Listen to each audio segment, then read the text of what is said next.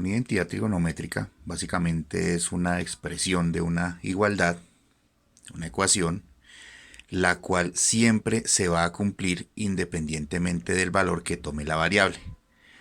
En el caso particular de las identidades trigonométricas, nosotros vamos a asumir que la variable es el ángulo sobre el cual nosotros estamos aplicando las razones trigonométricas, y esa igualdad siempre se va a manifestar como verdadera sin importar cuál sea el valor que tome el ángulo. Este temita es de vital importancia, sobre todo cuando entramos al estudio de los límites trigonométricos y en adelante lo sucesivo, las derivadas y las integrales trigonométricas. Así que vamos a empezar primero que todo fundamentando el origen de las identidades, explicando las fundamentales, para de tal manera crear una base de información que nos permita la resolución de cualquier tipo de identidad. En primera instancia lo que vamos a hacer es apoyarnos con este círculo que está trazado en un eje cartesiano y en el cual vamos a asumir que de su origen a cualquiera de los extremos hay una unidad. Es decir, el radio de esta circunferencia va a ser igual a 1. Conociendo esto, vamos a trazar una línea diagonal que parta desde el origen hacia cualquier punto de la circunferencia. Y teniendo en cuenta que es el radio de la circunferencia, sabemos que esto es igual a una unidad. Te repito, si nosotros tenemos como radio una unidad por tratarse de un círculo unitario o goniométrico, cuyo eje se encuentra en el origen del plano cartesiano, podemos inferir inmediatamente que no importa desde qué punto hacia qué punto yo lo trace, siempre vamos a tener el mismo radio, por lo tanto el radio del círculo goniométrico o unitario siempre será 1. Lo que sigue a continuación será trazar una línea perpendicular al eje horizontal de las X, que corte también en el punto donde el radio que tracé en primera instancia corte a la circunferencia, donde la toca. Si esto es una línea perpendicular, aquí tenemos un angulito perfectamente perpendicular de 90 grados y por aquí hemos generado un ángulo, voy a resaltarlo con este bonito color azul, al cual cariñosamente vamos a llamar con la letra alfa. Y esta va a ser la variable que nosotros utilicemos para establecer nuestras identidades trigonométricas. Vamos entonces a terminar de destacar nuestro triangulito sabiendo las siguientes connotaciones. La línea punteada que tracé yo perpendicular al eje horizontal está enfrentada al ángulo en cuestión, por lo tanto es opuesta a ella.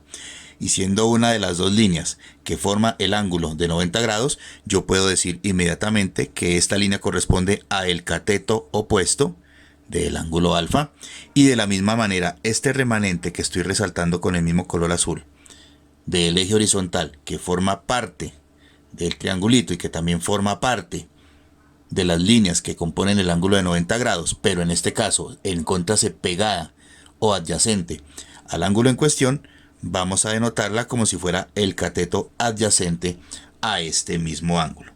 Eso por un lado. Por otro lado, si nosotros somos unas personas bastante observadoras, denotaremos lo siguiente. El cateto opuesto es una proyección del eje longitudinal de las X. Por lo tanto, yo puedo decir que el cateto opuesto es igual al eje Y y a su medida que en el triángulo tome, de la misma manera que el cateto adyacente por hallarse sobre el eje horizontal lo puedo denotar como si fuera la X.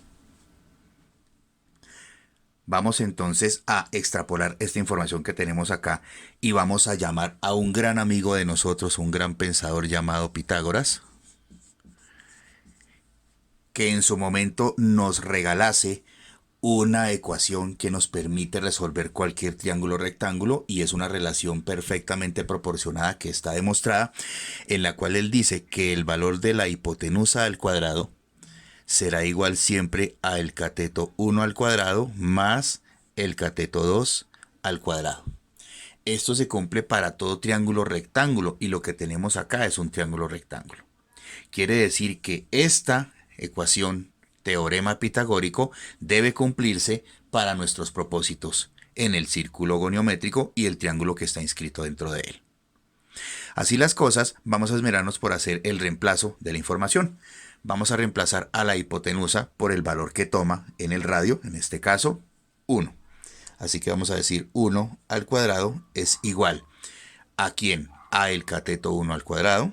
En este caso el cateto 1 al cuadrado será, no sé, el opuesto, el adyacente, es decir, el levante. Vamos a decir entonces que esto es igual a x al cuadrado más el cateto opuesto, que en este caso sería la letra y elevada a el cuadrado. Previamente nosotros habíamos establecido los valores para las razones trigonométricas seno de alfa y coseno de alfa. Préstale bastante atención a esto, que es importante. ¿Listo? Nosotros dijimos que la razón trigonométrica del seno estaba determinada por el valor de el cateto opuesto sobre la hipotenusa. Vamos a fijarnos en el angulito alfa. ¿Quién haría las veces del cateto opuesto? El eje vertical, y. Por lo tanto, el cateto opuesto será igual a y. Y la hipotenusa, que sabemos que es 1, nos dejan que el valor del seno del ángulo alfa será igual a la longitud que dentro del triángulo tome o le corresponda a el eje vertical y. Pasará también lo propio con el coseno de alfa, el cual está determinado por la longitud del cateto adyacente sobre su hipotenusa. Fíjate muy bien quién hace las veces de cateto adyacente. En este caso, la proyección dentro del triángulo que tome el eje horizontal x. Y la hipotenusa tomará siempre el valor de 1 en este caso. Así que dejando x sobre 1, vamos a tener x. ¿Qué concluimos entonces? Concluimos que para el seno, el valor será el eje y para coseno, el valor será el eje x. Pero bueno, ¿y esto a dónde nos lleva? ¿Esto a qué sabe? ¿Con qué se come? Muy sencillo. Nosotros vamos a hacer el reemplazo de los ejes en esta fórmula pitagórica que tenemos acá. ¿Eso qué quiere decir? Quiere decir que yo ya no diría y al cuadrado ni x al cuadrado. En lugar de decir y al cuadrado, vamos a decir seno al cuadrado para el ángulo, en este caso este angulito de acá, y a eso lo vamos a sumar, ya no vamos a decir x al cuadrado, sino vamos a decir coseno al cuadrado del ángulo en cuestión. Ladies and gentlemen, lo que ha sucedido acá es que hemos establecido la identidad fundamental que inicia todas las identidades trigonométricas. Esta que usted tiene acá es la famosísima identidad pitagórica y es la que le permite a usted establecer muchos, pero muchos resultados, tanto en trabajos de identidades como en trabajos de límite trigonométrico, derivada e integral trigonométrica. De la misma manera, tú puedes hacer el despeje de los valores que corresponden a esa identidad pitagórica. Fíjate muy bien, si yo quisiera despejar el coseno al cuadrado del ángulo en cuestión, para este caso, lo único que tengo que hacer es pasar el seno al cuadrado a restar. Me quedaría de esta manera. Partiendo de este mismo, si yo quisiera despejar el valor de seno cuadrado, pues haría lo propio. Tomaría coseno cuadrado y lo pasaría al otro lado a restar. Por lo tanto, tendríamos que el seno al cuadrado, para este caso, sería igual a 1 menos el coseno al cuadrado del ángulo en cuestión. Ya tenemos entonces la identidad pitagórica representada en estos tres deliciosos sabores. Lo que sigue a continuación es extrapolar esta información que tenemos basado en este gráfico en razones trigonométricas. Esas ya las estudiamos previamente en clase, hijitos. Entonces vamos a trabajar sobre las razones trigonométricas. Seno, coseno y tangente, que repito, ya fueron previamente estudiadas en la clase, y de ellas vamos a trabajar sobre el ángulo en cuestión, que sabemos nosotros que es el ángulo alfa para todos los casos. ¿De acuerdo? La razón trigonométrica seno está establecida como la longitud del cateto opuesto sobre la hipotenusa. ¿De acuerdo? Nuestra hipotenusa en este caso es el radio de esta circunferencia goniométrica y conocemos ese valor. Ese valor es 1, por lo tanto vamos a reemplazarlo inmediatamente, y también particularmente sabemos que el cateto opuesto está denotado por el eje vertical. En este caso, el seno del ángulo alfa estará determinado por la longitud de la proyección del eje vertical dividida sobre 1, lo que corresponde al valor que tome el eje Y. Si nosotros hacemos el mismo razonamiento con el coseno del ángulo en cuestión, vamos a decir que es el cateto adyacente, es decir, el valor que tome el eje X sobre la hipotenusa, que sabemos que es 1. En este caso, sabríamos que el coseno para el ángulo en cuestión será exactamente igual a la longitud que tome la proyección que le corresponde al eje horizontal. Para el caso de la tangente, sabemos que la razón tangente es el cateto opuesto sobre el cateto adyacente. Y nosotros ya conocemos ambas connotaciones. El cateto opuesto está determinado por el valor de Y el cateto adyacente está determinado por el valor que tome X. Sin embargo, nosotros podemos inferir lo siguiente. Si ustedes se dan cuenta, acabamos de decir que Y es igual a seno y que la X es igual a coseno. Así que inmediatamente podemos inferir que la tangente del ángulo alfa va a ser igual a el seno del ángulo alfa sobre el coseno del ángulo alfa. Esto siempre se va a cumplir, no importa el valor que tome el ángulo. Y como esto siempre se va a cumplir, se convierte en una identidad. Esta que tenemos acá es la identidad por cociente que nos denota el valor para la tangente. De ella tú puedes despejar y puedes connotar diferentes identidades. Pasando el coseno a multiplicar, hallarás el valor de seno. Pasando después la tangente a dividir sobre seno, hallarás el valor de coseno y así todo el rato. Es cuestión de simplemente hacer los despejes apropiadamente. Continuando con el tema, nosotros cuando veíamos las razones trigonométricas hablábamos de otros tipos de funciones, ¿cierto? Otros nombrecitos. Había una que se llamaba cotangente, otra que se llamaba secante, otra cosecante. Entonces, ¿qué es de todo eso? Bueno, como ustedes saben, las funciones que nosotros estudiamos en primera instancia fueron la función seno, coseno y tangente. Y nosotros dijimos que a partir de este punto íbamos a imaginarnos que había como un espejo que reflejaba todo a su alrededor, en este caso pues empezando desde lo más cercano y alejándose, así que empezamos a reflejar la tangente como cotangente, el coseno como secante y el seno como cosecante. Pero bueno, ¿y qué es de todo esto? Muy sencillo, mis hijos. Lo que sucede acá es que nosotros podemos establecer también identidades trigonométricas basado en esta relación de inversión que tienen estas razones trigonométricas. Empecemos por la más fácil. Vámonos con tangente. Nosotros sabemos que la tangente para el ángulo en cuestión, esto se cumple como identidad, ya lo explicamos inicialmente, es igual a el seno sobre el coseno del ángulo en cuestión. Hasta ahí, pues nada raro, ya lo habíamos estudiado, o sea, pues no tiene ningún problema. Pero si nosotros hablamos del inverso, es decir, de la cotangente para el ángulo en cuestión, es para nosotros muy fácil inferir que si es el inverso de la tangente, lo único que debo hacer es invertir los valores. Es decir, quien está en el denominador pasará al numerador y viceversa. El resultado será el siguiente. Para la cotangente del ángulo en cuestión, nosotros tenemos que su valor estará determinado por el coseno del ángulo en cuestión sobre el seno del ángulo en cuestión.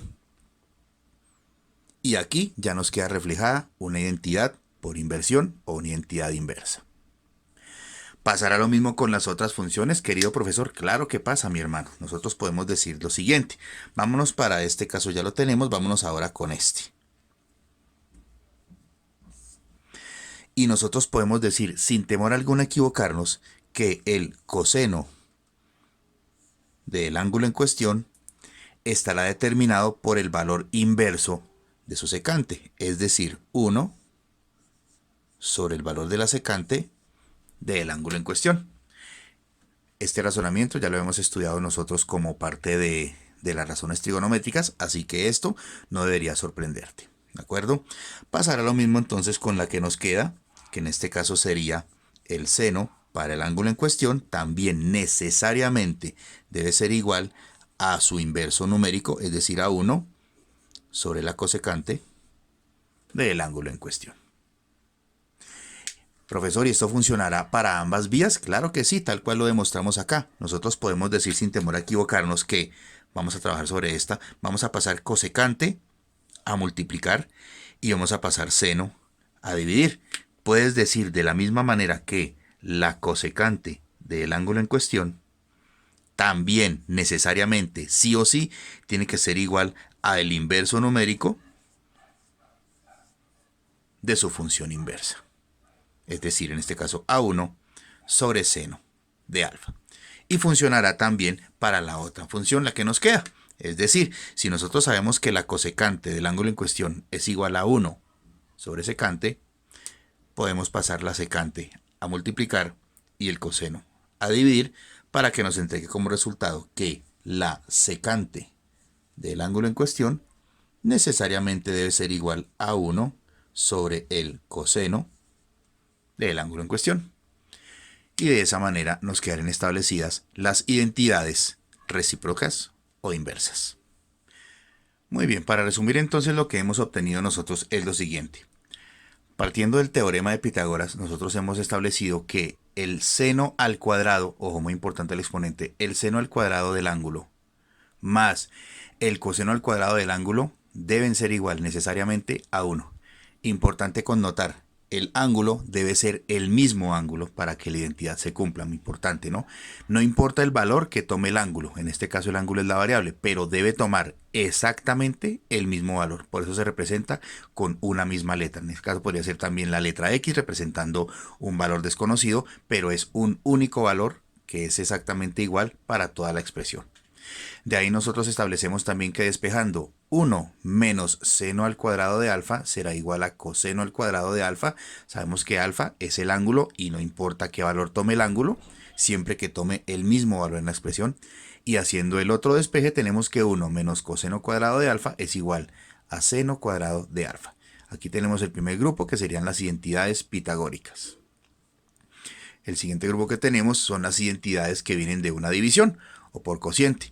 La que nosotros más fácil nos podemos reconocer, que es la tangente del ángulo en cuestión, es el cociente entre el seno dividido el coseno, y tenemos su inverso numérico, es decir, la cotangente, el cual es igual a la inversión de los valores, es decir, coseno dividido entre seno. Finalmente, las identidades que son el resultado de la inversión de sus confrontados, lo mismo que tenemos acá, solamente que aquí lo expresamos con una división. ¿Qué tenemos acá nosotros? Aparte de la identidad inversa, aparte de la igualdad que se cumple porque sabemos que por razón inversa es correcto, nosotros también podemos decir lo siguiente.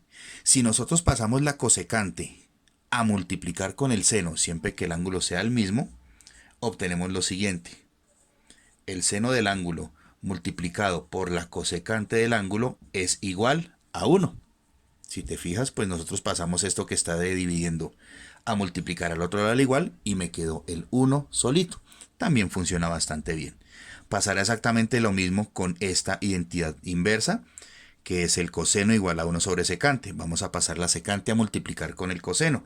Entonces tenemos que la cosecante multiplicada, el coseno, perdón, multiplicado por la secante va a ser igual también a 1. Sucede lo mismo en esta igualdad, en esta expresión, pasamos la secante de dividir en el lado derecho a multiplicar en el lado izquierdo y el 1 va a quedar solito. Quiere decir que en este caso también pasaría lo mismo. Si yo paso el seno a multiplicar, me va a quedar exactamente esta misma expresión de acá. Es decir, el seno multiplicado por la cosecante va a ser igual a 1. Ojo, esto se cumple como les decía. En la expresión, el ángulo debe ser el mismo.